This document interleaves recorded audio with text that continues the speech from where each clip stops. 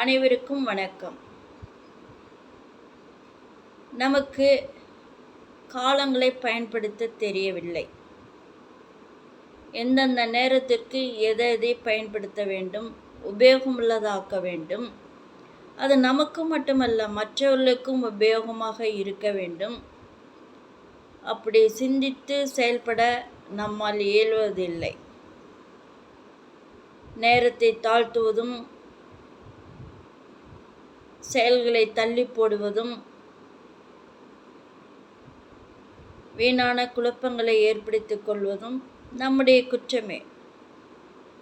இதையெல்லாம் நம்மேல் வைத்துவிட்டு நேரம் சரியில்லை, எனக்கு நேரம் சரியில்லை, ஆதலால் இப்படி நடக்கின்றது என்று